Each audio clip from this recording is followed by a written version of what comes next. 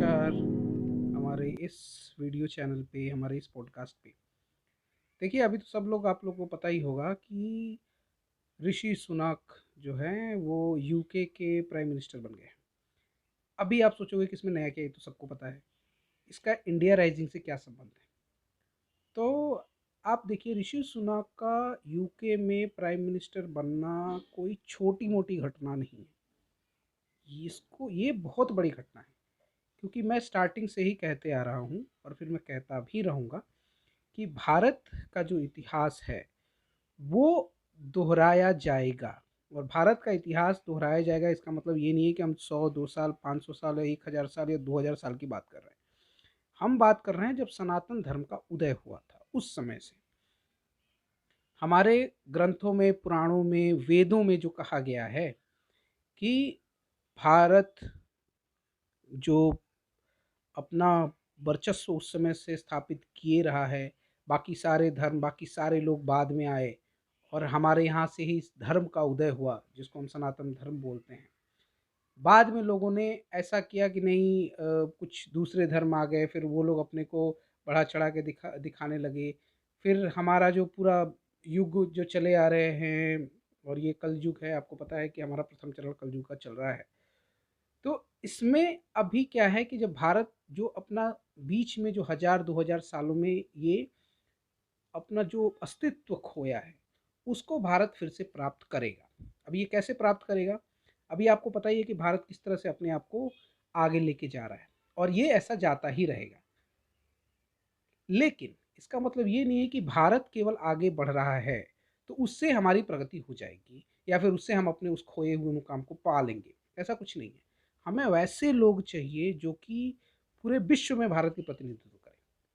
अगले 100 सालों में, मैं आपको लिख के दे सकता हूँ, अगले 100 सालों में या 150 सालों में, हम लोग उस समय तो नहीं रहेंगे, लेकिन आपको ये देखने को मिलेगा कि पूरे विश्व में भारत के मूल के ही लोग, जो कि भारत के इस पावन धरती पे पैदा हुए हैं, यहाँ से लोग बाहर निकल के गए हैं, वही लोग वहाँ भी राज करते हुए, शासन करते हुए आपको दिखाई देंगे। ऐसा क्यों है? क्योंकि भारत की मिट्टी में ऐसा है कि यहाँ के लोग जिस तरह से कर्मठ हैं, अपने कार्य को करने में सबसे का कर्म प्रधान राष्ट्र है। सब लोग अपने कार्य करने में ज़्यादा विश्वास रखते हैं, दूसरे चीज़ों में नहीं पड़ते। और फिर भारत का जो वो अपना जो उनको विरासत में मिली हुई है, वो एक ऐसी चीज़ है जिसको हम शब्दों में बयान नहीं कर सकते। क्योंकि भारत भूमि एक ऐसी भूमि है जहाँ पे लोगों को आंतरिक रूप से इस तरह की शक्तियाँ प्राप्त हुई हैं कि लोग उसका इस्तेमाल करते नहीं हैं, लेकिन जब करने का मौका मिलता है तो लोग उसको इस तरह से इस्तेमाल होता है वो, कि सामने वाला उसके सामने टिक नहीं सकता। अभी विदेशों में आप देख रहे, अब अभी 10 साल पहले, आई थिंक 10 या 15 साल पहले आपको ऐसी बातें सुनाई देती होंगी जहाँ पे लोग कहते होंगे ब्रेन ड्रेन, एक वर्ड आता था जो कहते थे कि ब्रेन ड्रेन हो गया, भारत के लोग भारत से निकल के बाहर जा रहे हैं, फिर वहाँ पे जाके काम कर रहे हैं, तो भारत के जो भी अच्छे लोग हैं वो बाहर चले जा रहे हैं। लेकिन दोस्तों, इसमें क्या होता है कि वो ब्रेन ड्रेन है नहीं। आपको इस तरह से समझना चाहिए, दो तीन चीज़ें जनरली समझना चाहिए। एक तो आपको ये जानना चाहिए कि भारत जो प्राचीन समय में, भारत भारत एक देश से संबंध नहीं है। भारत जो है वो पूरा ब्रह्मांड, ब्रह्मांड नहीं, पूरी पृथ्वी, जो इसको भारत के नाम से ही जाना जाता था। जब श्री राम का समय था, या फिर उसके पहले के जो भी राजा बलि थे, या फिर उसके पहले के जो लोग थे, तो उस समय पूरी जो पृथ्वी होती थी वो भारतवर्ष के नाम से जानी जाती थी। तो यदि भारतवर्ष के किसी एक जगह से दूसरे जगह पे यदि कोई भारतवासी जाता है, तो उसको आप ये नहीं कह सकते कि वो बाहर जा रहा है। ठीक है, आप इस पे आप अपना तर्क दे सकते हैं कि अरे, अमेरिका में जाके वो बन गया, वहाँ का सीईओ या चीफ बन गया, तो वहाँ की बात सुनेगा। ऋषि सुनक जो है प्रधानमंत्री बन गए यूके का, तो वो यूके का ही काम करेंगे। हम ये नहीं कह रहे हैं कि उनको आके भारत का काम करना चाहिए, उनको यूके का ही काम करना चाहिए, उनको अमेरिका की ही काम करना चाहिए। उनको हम नहीं कहते कि नहीं, अब अपने देश का छोड़ के इस देश का काम करो। हमारा तात्पर्य ये है कि ये जो पूरी पृथ्वी जो है वो एक भारतवर्ष है। ये तो हम लोग जो लोग हैं अपने अलग अलग मसाइल के तौर पे हम लोगों ने एक बाउंड्री रेखा खींची हुई है जिसके ऊपर लड़ाई होती रह रही है। तो ये तो एक चलता रहेगा। लेकिन आप देखेंगे अगले 100 सालों में कि हर जगह सारे देशों में अधिकतर देशों में जो कि भारतवर्ष से लोग वहाँ गए हुए हैं, भारत भूमि से वहाँ पे जो लोग गए हुए हैं वो विकास करेंगे और आगे आएंगे। और बहुत सारे ऐसे देश के, अब कंपनियों के नहीं, देश के भी अभी तो शुरुआत हो गया। पुर्तगाल के एक प्रधानमंत्री हैं जो भारतीय हैं, मॉरिशस के भारतीय हैं, फिर ये अभी यूके के भारतीय बन गए।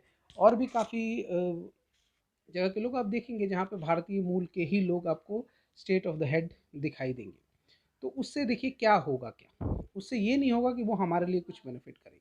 लेकिन देखिए कोई भी भारतीय, आपको रिसेंटली 3-4 दिन पहले एक सुंदर पिचाई का एक ट्वीट देखना चाहिए था। वो मैं अभी स्क्रीन पे तो नहीं दिखा सकता, लेकिन उस ट्वीट में उन्होंने एक बात कही थी कि भारत पाकिस्तान के मैच के तौर पर उन्होंने कहा था कि उन्होंने लास्ट 2 ओवर देखा और बहुत अच्छा था, इंडिया ने बहुत अच्छा खेला। तो शायद किसी पाकिस्तानी ने कमेंट किया था कि आपको शुरू के भी मैच देखने चाहिए थे। उस विदेशी का मानना ये था, पाकिस्तानी जो बंदा था, कि आपको पाकिस्तान का जो इनिंग्स था वो देखना चाहिए था। लेकिन फिर इन्होंने क्या कहा, इन्होंने उसका जवाब ये दिया कि हाँ मैंने शुरुआत के भी मैच देखे थे, भुवनेश्वर कुमार और अर्शदीप सिंह ने बहुत अच्छी गेंदबाजी की थी। अभी इससे आपको क्या समझ में आता है? वो बंदा भारत का नहीं है, भारतीय मूल का है।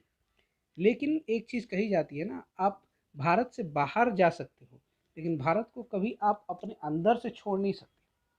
तो ये एक छोटा सा उदाहरण था। ऐसे ही लोग यदि यूके के प्रधानमंत्री बन गए, किसी और देश के प्रधानमंत्री बन गए, तो वो अपने देश का ही काम करेंगे, लेकिन उनके अंदर हमेशा ही भारत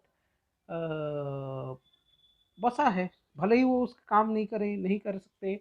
लेकिन क्या होता है कि देखिए इसमें क्या होता है कि यदि आप, उनके पास कोई एक डिसीजन लेना है जहाँ पे इक्वल टर्म पे दो देश हैं। सपोज मैं आपको एग्जांपल देता हूँ, यूके के पास है दो इक्वल टर्म है, इक्वल टर्म पे एक तरफ भारत है और एक तरफ चाइना है। उसमें मान लीजिए कि स्टेट मतलब एक हेड को डिसीजन लेना है कि किसके पक्ष में ये फैसला जाएगा। तो उस केसेस में आप देखोगे कि 99% चांसेस हैं कि वो भारत के पक्ष में ही जाएगा। मैं एक ऐसा एग्जाम्पल दे रहा हूँ, ऐसा मैं ये नहीं कर रहा हूँ। मेरे कहने का मतलब है कि डेटा 100%, दोनों में कोई भी पॉइंट का भी डिफरेंस नहीं है। केवल ये है कि ठीक है एक बंदे को फेवर करना है, दूसरे को नहीं करना है। एग्जाम्पल ले लिया, अभी तो प्रेजेंट में चल रहा है भारत और चाइना का। तो चाइना और भारत को इक्वल टर्म पे लगा लें तो कभी भी हुआ तो वैसे भी भारत को मिलने वाला है, कोई बोलने वाला भी नहीं है। लेकिन ये अक्सर आपको दिखेगा आते समय में। तो ये राइजिंग इंडिया का एग्जाम्पल्स हैं कि कैसे भारत आगे बढ़ रहा है।